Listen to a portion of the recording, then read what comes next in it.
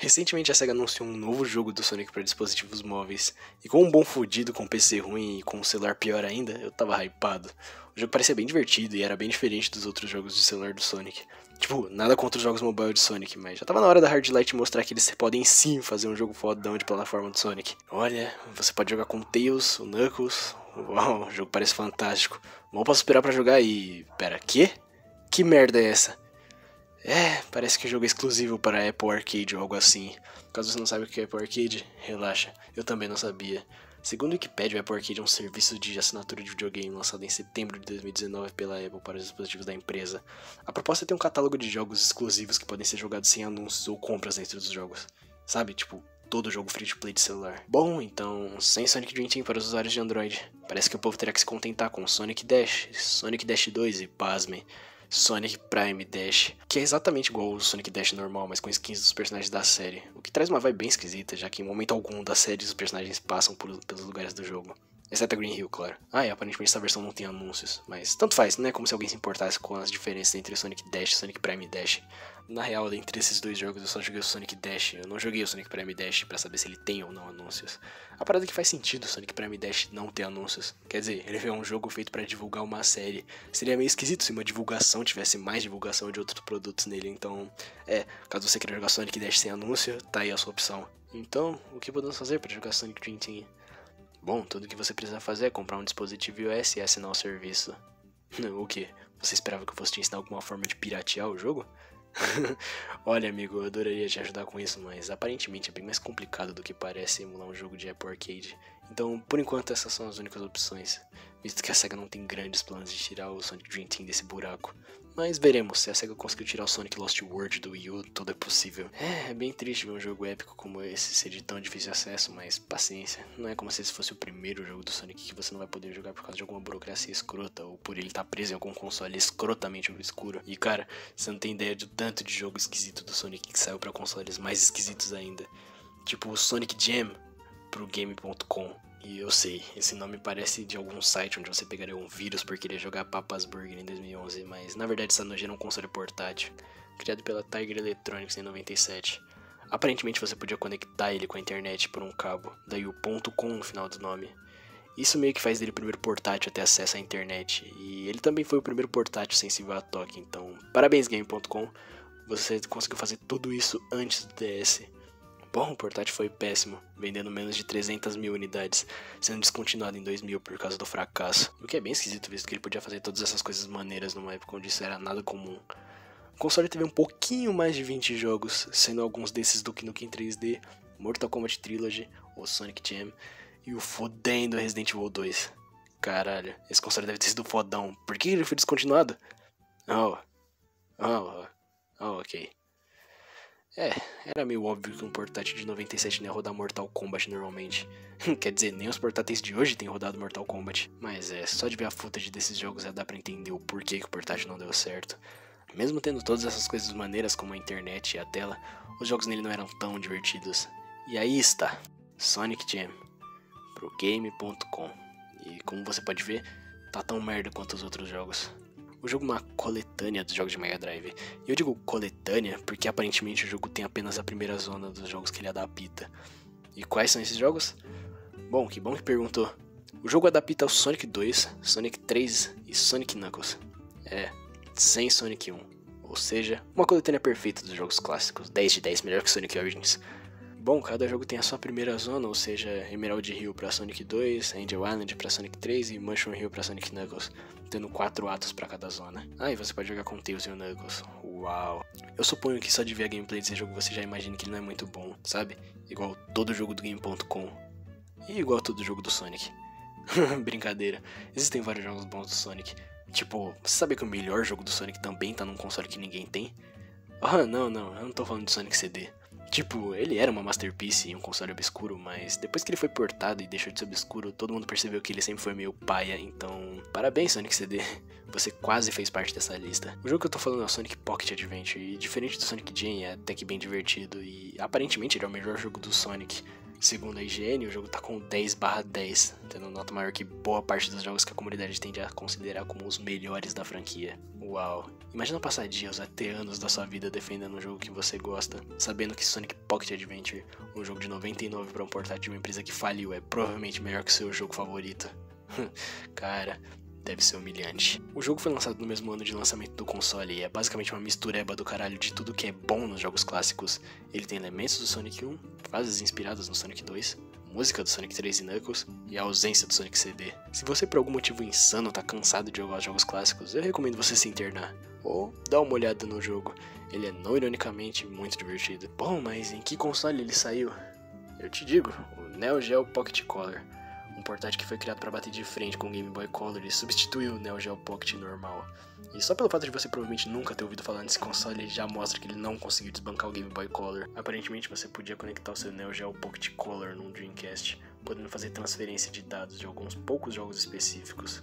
Como eu disse anteriormente, a SNK veio à falência. Isso aconteceu em 2001, fazendo o Neo Geo Pocket Color ser descontinuado. Mais tarde, a SNK se tornaria a SNK Playmore, que resumidamente era um monte de ex-funcionários da SNK, então tecnicamente isso é um final feliz, né? Em 2012, a SNK Playmore anunciou o lançamento do Neo Geo X, que é um portátil que roda jogos de Neo Geo, então sim, é um final feliz. Onde eu tinha parado mesmo?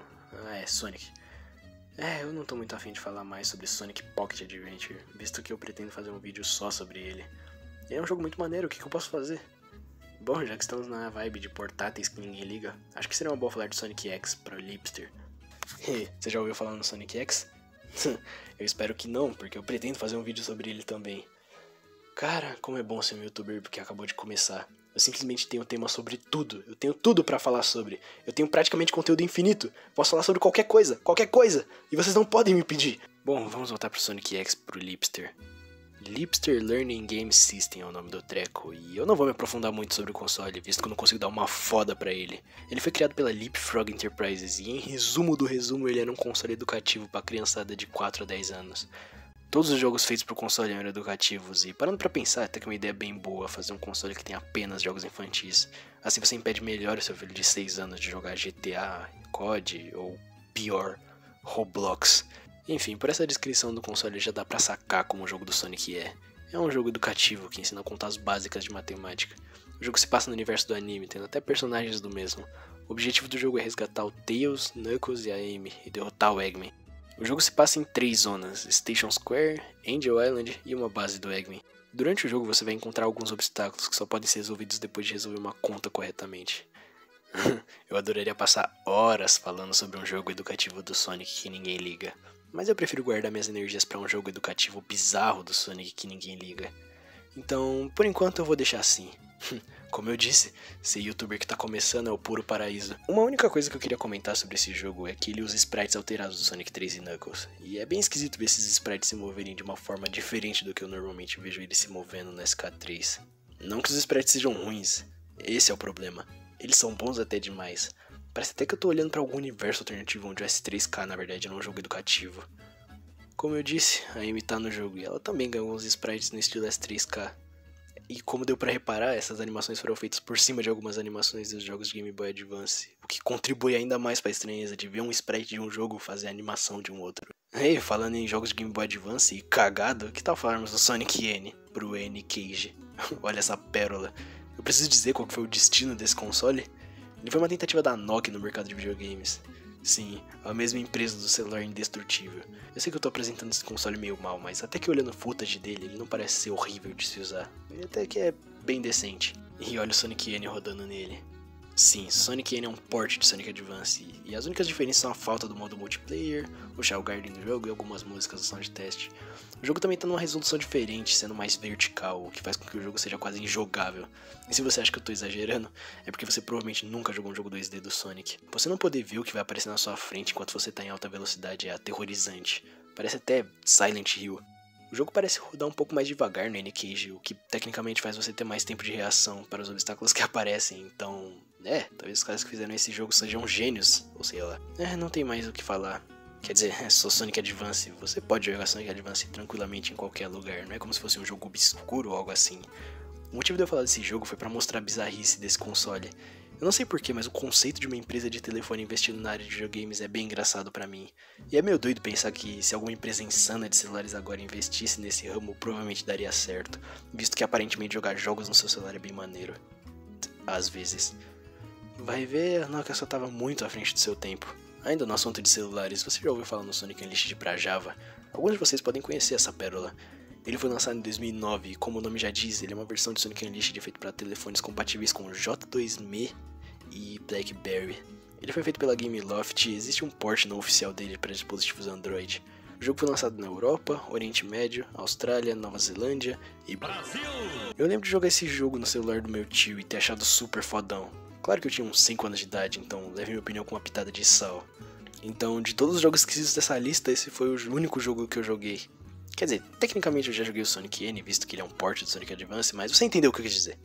O jogo é completamente 2D, tendo 11 fases, com uma sendo do Sonic normal, com uma gameplay de boost bem parecida com as fases do Sonic Rush, tendo até mecânicas de fases parecidas. Tem umas com Aerehog de noite, mas focadas obviamente em combate e exploração.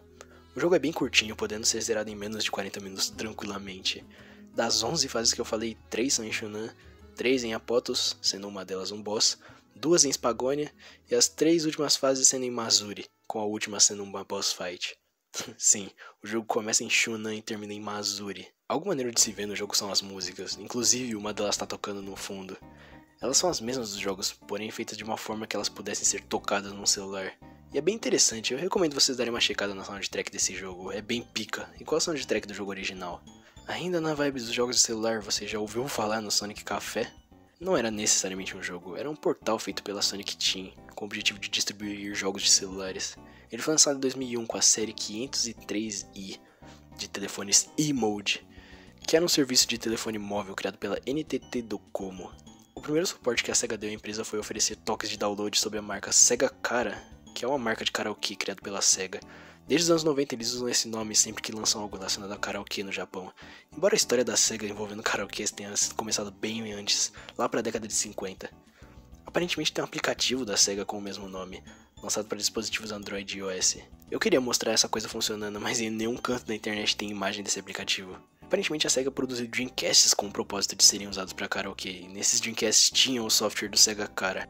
Seria bem legal entrar no buraco de minhoca que é a história do Dreamcast no Japão, mas isso teria que ficar para outro vídeo. Ai, conteúdo infinito. Nesse software de karaokê do Dreamcast era possível se conectar com a internet para baixar músicas. Depois que os servidores oficiais do Dreamcast foram desligados, o Sega Cara pro Dreamcast e o Dreamcast Karaoke ficaram inacessíveis. Mas sobre o Sonic Café. Depois do seu lançamento em 2001, esse serviço da SEGA durou até 2007, onde acabou se juntando com o Sega Ages, que tinha um propósito bem parecido com o Sonic Café. A junção das empresas formou a Puyo Puyo Sega, que apenas substitui o Sonic Café, que antes fornecia jogos para telefones mais velhos, agora fornece jogos para dispositivos Android. O que? Você quer ouvir sobre os jogos que o Sonic Café proporcionava? Bom, não tem tanta coisa interessante sobre eles. Tanto os jogos do Sega Café quanto os jogos do Puyo Puyo Sega são bem simples, tendo um monte de jogo de carta do Sonic, um jogo de kart que parece ser bem maneiro, e alguns outros jogos meio foda-se, tipo Sonic Fishing, ou Sonic Tennis, ou Sonic Jump. Quem pensaria que isso seria divertido num jogo do Sonic? Sabe, nem faz sentido eu falar do Sonic Café ou do Sonic Unleashed de Java. Quer dizer, sim, são jogos desconhecidos que provavelmente estão presos em sistemas e tudo mais, mas não é como se celulares fossem consoles obscuros, ou consoles no geral. Bom, pra falar a verdade, eu só falei do Sonic Café porque ele foi uma ótima ponte pra falar sobre o Dreamcast Karaokê. E ainda assim eu sinto que eu não falei de karaokê o suficiente. Você acha que eu tô brincando? Espera só até fazer um vídeo de meia hora falando sobre a história da SEGA com karaokês. Já que não faz sentido eu falar sobre jogos de celular do Sonic que são injogáveis no momento, acho que nem faz sentido eu falar sobre Sonic Runners, visto que ele se encaixa nessa categoria perfeitamente. Esse foi um jogo que eu joguei também, pra caralho. Ele era bem divertido, por mais que tivesse um sistema de gacha pra conseguir os personagens. Personagens esses que eram bem obscuros na época. Tipo, no Sonic Forces Speed Battle, que é outro jogo de celular do Sonic, tem muitos personagens obscuros como o Mephiles, o Chaos e a Tikal. Mas isso foi bem antes do Sonic Forces Speed Battle. E esse tipo de lançamento era hype, mesmo sendo pra um jogo de celular que ninguém ligava. O jogo também tinha um sistema de companheiro, que deixava você ter até 2 companheiros para te dar vantagem durante a gameplay. E esses companheiros eram personagens ainda mais maneiros, como por exemplo a fita do Sonic Knuckles conectada à fita do Sonic 1. Ah, meu personagem favorito.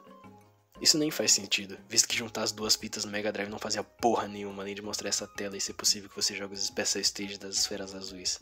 Não só os Special Stages que estão no Sonic 3 Knuckles, mas também fases completamente originais, já que o jogo era capaz de gerar uma fase completamente aleatória com os presets que já estão na fita, fazendo o jogo ter 134.217.728 fases de Special Stage do Sonic 3 Knuckles, tecnicamente fazendo esse ser o maior jogo do Sonic de todos. Incrível! Porém, depois da fase 128 milhões e 16 mil, algumas fases são recicladas. Mas mesmo assim, 128 milhões e 16 mil fases já são mais que suficiente. Porra, 2 fases desses Special Stage já são suficientes pra eu nunca mais querer jogar eles. Droga, eu tenho que parar de falar sobre um jogo praticamente infinito do Sonic pra falar sobre um jogo realmente infinito do Sonic, o Sonic Runners. Se bem que ele era infinito. Essa é a parte triste da história. Lembra quando eu falei que ninguém ligava pro jogo? Pois é. Aparentemente isso é verdade, visto que o jogo não estava gerando lucro para a SEGA, o que fez com que eles fechassem os servidores do jogo em 2016, tendo um pouquinho mais de um ano de vida, deixando ele injogável depois disso. Alguns fãs fizeram projetos para trazer o jogo de volta, como o Sonic Runners Revival, que é uma recriação do jogo feito pela comunidade. As mecânicas dele e tudo mais funcionam como funcionavam antes, menos a parte de pagar para receber certas coisas, visto que eu não acho que isso seja legalmente possível. Essa versão tem até personagens que não tinha no Sonic Runners original, como a Marine, a Tango e a Whisper. Se você for uma das 9 pessoas que jogou Sonic Runners na época e gostou, eu recomendo você dar uma olhada, é bem maneiro. Por mais que recentemente eles tenham passado com problemas com falta de membros no time, mas ei, você pode fazer parte do time deles se você quiser. Outro projeto de fãs baseado no Sonic Runners é o Sonic Runners Reloaded, que se passa durante o Sonic Forces, tendo os menus, a HUD e as fases bem parecidas com o estilo do Sonic Forces, e é bem divertido também. Uau! Jogos de celular do Sonic que são injogáveis. Isso nos traz de volta a exata situação do Sonic Dream Team. Ok, eu tô exagerando. O jogo não tá de tão difícil acesso. Tipo, me escuta, eu adoraria jogar esse jogo tanto quanto o próximo cara. É meio pai o jogo estar preso em um sistema, mas meio que é assim que funciona. Provavelmente é uma questão de contrato. A Apple deve ter pago uma grana pra esse jogo ser exclusivo pra eles. E a SEGA tá errada em fazer isso? Eu não acho. A SEGA só tá fazendo o necessário pra se manter de pé, e tudo bem ficar bravo por querer jogar um jogo, mas tenha paciência. Você não vai poder jogar todo o jogo do Sonic que existe, e se você ainda tem energia pra ficar enchendo o saco de todo mundo na internet pedindo pra eles assinarem a sua petição, ou só fica sendo um chato do caralho falando que nada que a SEGA faz é certo, então tem energia pra conseguir um emprego e comprar a porra de um aparelho iOS e assinar o serviço do Apple Arcade, seu covarde do caralho. Uou, falando assim faz até parecer que eu vou jogar o jogo, coisa que eu não vou fazer. Mas vou prazerosamente ver uma long play no YouTube e chamar de mid. Igual todo youtuber faz com Sonic.